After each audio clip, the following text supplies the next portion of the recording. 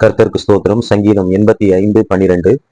கர்த்தர் நன்மையானதை தருவார், நம்முடைய தேசமும் தன் பலனை கொடுக்கும். எனக்கு பிரியமானவர்களே, கர்த்தர் எப்பொழுது நமக்கு நன்மையானதை தருவார், எப்பொழுது தேசம் தன்னுடைய பலனை நமக்கு கொடுக்கும் என்று கவனித்தோமானால், இதே சங்கீதம் 85:9 வசனத்துல இப்படியாக எழுதப்பட்டிருக்கிறது.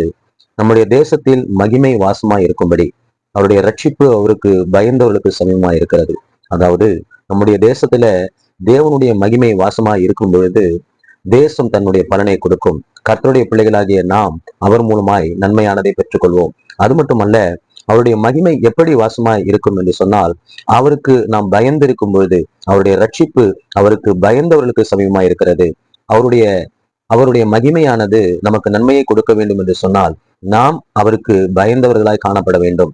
அப்போ நாம் கர்த்தருக்கு பயந்து நடக்கும் பொழுது நமக்கு ரட்சிப்பு வருகிறது. அந்த ரட்சிப்பானது நமக்கு நன்மையை கொடுக்கிறது, தேசமும் தன் பலனை கொடுக்கிறது.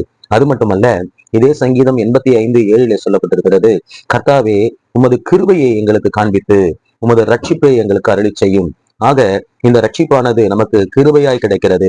தேவ கிருபையை நாம் சார்ந்து கொள்ளும் பொழுது, அவருக்கு நாம் பயந்திருக்கும் பொழுது, நாம் இருக்கிற பகுதியிலே அவருடைய மகிமை வாசமாய் இருக்கும். அவருடைய மகிமை வாசமாய் இருக்கும் பொழுது அவருடைய பிள்ளைகளாகிய நமக்கு நன்மையானது அவர் மூலமாய் வரும். தேசமும் நமக்கு நல்ல பலனை கொடுக்கும்.